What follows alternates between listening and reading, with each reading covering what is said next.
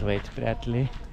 Ден втори от нашето пътешествие и сме на едно много интересно място в парк Белица при мечките. Има доста интересни неща тук и забавления. По-надолу е Рила Фън парк, който ще го посетим малко по-късно. Първо ще минем през мечките и ще се върнем долу на Фън парка да го посетим, да видим дали е толкова яко, колкото казват. Така че продължаваме нагоре.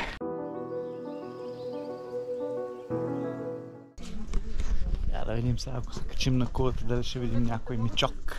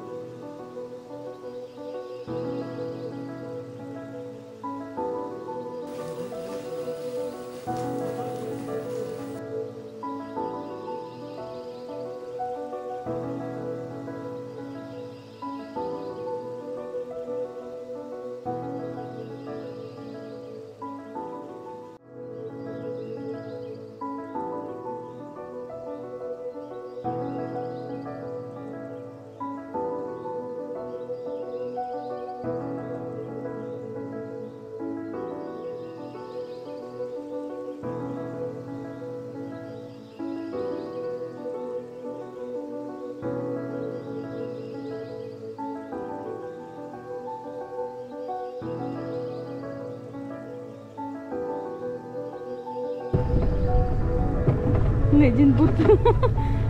Готино е. Добре, че се спрятали. Аймо! Шумахер!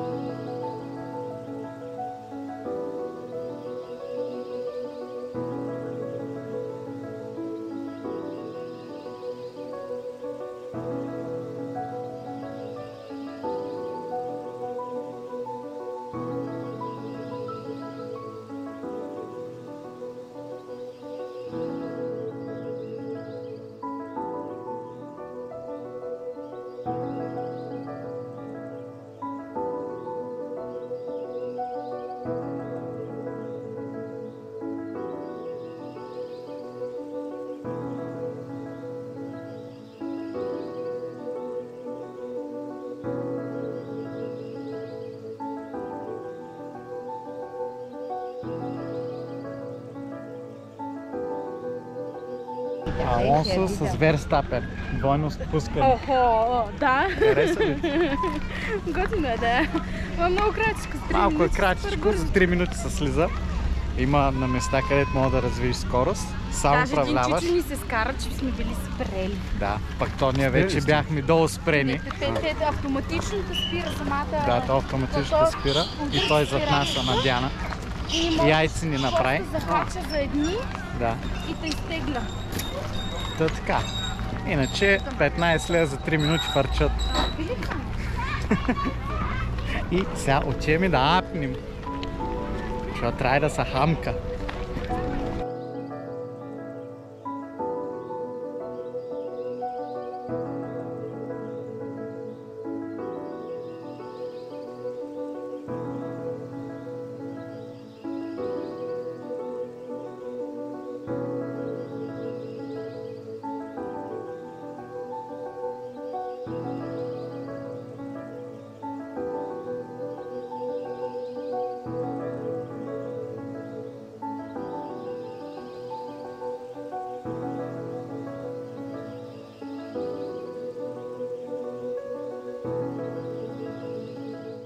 Ръбовете на Пирин са изключително красиви. Днеска направо се разгубихме. Лека промяна в плана направихме. В принцип днес трябваше да отидем на плаж, но решихме да отидем горе на мечките, тъй като неделен ден ще има хора, ще има групи, тъй че няма да чакаме, понеже влизат на групи. Следователно отидахме, разгледахме мечките. След това се пуснахме малко по-надолу на фън парка, там с количките се заиграхме и отидахме да хапнем. И сега се върнахме отдолу към Банско и сме до описаната църква, за да разгледаме останките. Била много красива. И след това най-вероятно се прибираме към частната вила. Отново ще си сготвим с каричка. И след това утре отиваме към село Добърско, където в хотелчето има басейн и там мислим вече да се чилнем. След като обиколим, нали, разбира се, селото и така известната църква, в която е включена в ЮНЕСКО. Защо включена към ЮНЕСКО, ще разберете утре. Ние хубаво дойдахме до писаната църква. Ето е вътре, тя е оградена с ограда и е заключена. Ето тук може да се види как е изглеждала. И тук при разкопките, какво е открито. И много ми е интересно, що е заключена. Камъните ли ще откраднем, какво ще откраднем. Поред мен трябва да си е свободно посещаем проект. Според мен трябва да си е свободно посещаем обект от това светилище. Чак с 2 катинара. Добре, хубаво. Еми, тръгваме. Може да идем към Банско да се разходим, пием по едно кафенце. Но между другото, относно резервата на мечки е с площ с 120 декара, от които само че проходими, т.е. обиколката, която правят туристите, е половината. Додолу не се слиза, не знам поради какви причини. Видяхме няколко мечокъде, играха се там, някои спаха, някои си играха. Направихме обиколката, около половин час е обиколката. Цената на билета е 15 лева. Вече всеки сам ще се реши дали да го посети. Ето тук мисля, че се вижда страхотна гледка към ето този ръб. Нямам си на идея как се казва. Страхотна гледка към Пирин планина. Всъщност от тук Вихрин не се вижда. Ей, там има страхотен ръб. Но мисля, че е доста далече и въобще не се вижда от тук. Тук има и страхотни каштурки за отсядане. Ето, само ще ви я покажа набързо. Те са няколко такива. Прилично.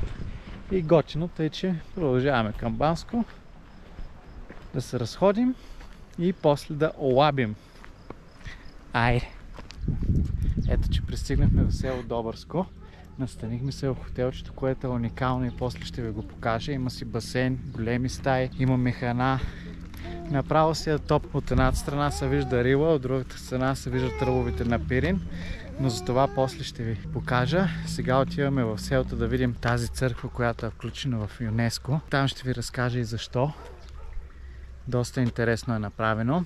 След това мислим да отидем и до водопадчето тук в селото, което е с доста голям пад, и да направим няколко снимчици. И измежду другото може да видим нещо друго из селото, ще питаме местните и така. Така че отиваме. Газка! Стара руска машина. Безотказна.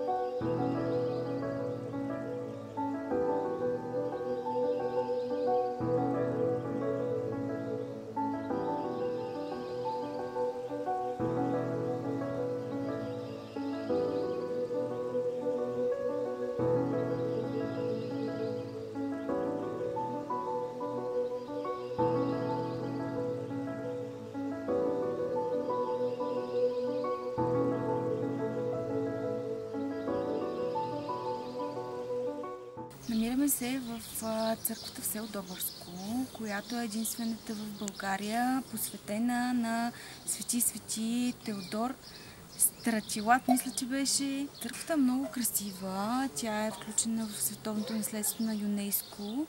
Едно от интересните неща, заради която е включена църквата, е това, че през селото са минавали стар римски път, който е бил един от основните пътища. И Самуилови войни са минавали от тук, тези, които са били ослепени. И казват, че има ликовита вода, която са измили очите и прогледнали. Част от тези войни са останали в селото и всъщност са останали и на местността и създават селото. Това е една от легендите, която е разказана тук. Самата вода е много интересна, тъй като вътре има много голямо количество фосфор в нея. Не се пие, тя само се мие с нея, помага за болки в очите и рани. Църквата е с много интересна архитектурна постройка. Тя се води трикорабна базилика. Интересното в самата църква е, че има каменна плоча, която датира от 1112 година, но не е доказано научно. Самата църква, когато влезнете в нея, може да видите олтара, който в България рядко се среща. Той е вграден, той е зазидан вътре в самата църква. Апостолите, 12 апостоли са представени изцяло в цял ръст. Свети Георги, Свети Димитър не са на кон. Една от рисунките на Исус Христос за сцената на Възкресението. Исус Христос е представен все едно е в капсула, все едно излита към космоса, неговият дух излита в космоса. Другата интересна сцена е на Преображение Господне. Там Исус Христос е изобразен в космически кораб, което е изключително интересно и това е една от причините самата църква да е включена в световното наследство на ЮНЕСКО. За водопада 200 метра. Разгледахме църквичката, която е включена към ЮНЕСКО. Уникална е, страхотна, доста мъничка, семпличка. Вътре има над 400 изографични икони, така че струва си да го посетите. Наистина уникално, без аналог, мисля, в България. Така че ако идвате в този край, около Банско разлог, запишете си го към дневника с дестинации. Сега отиваме към водопадчето. Тук ще минем през тази ограда. Малко е кално, ама нататък е вече сухичко. И да видим за какво става въпрос. Най-вероятно е там много за склонча водопадчето. Ето го водопадът.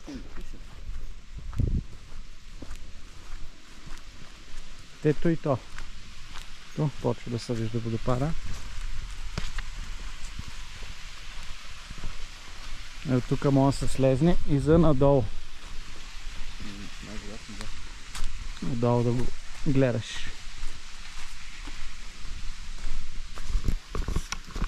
Пътечката.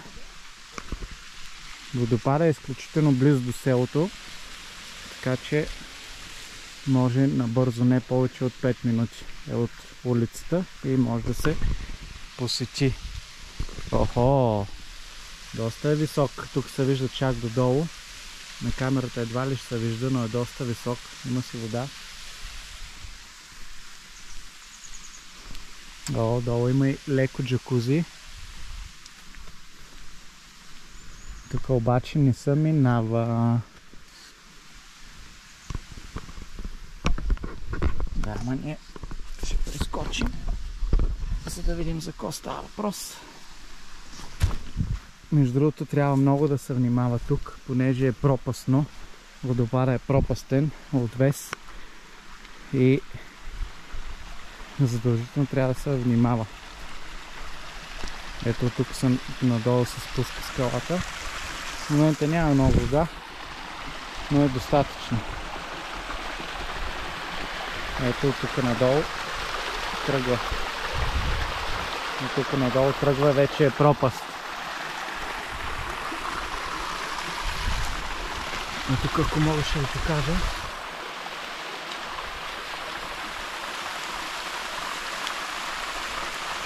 Долу има и пейчица. Там. Явно от тук пътечка хоп, слиза долу, за да може да се наблюдава отдолу. Много интересно. Ето ги нашите хора долу.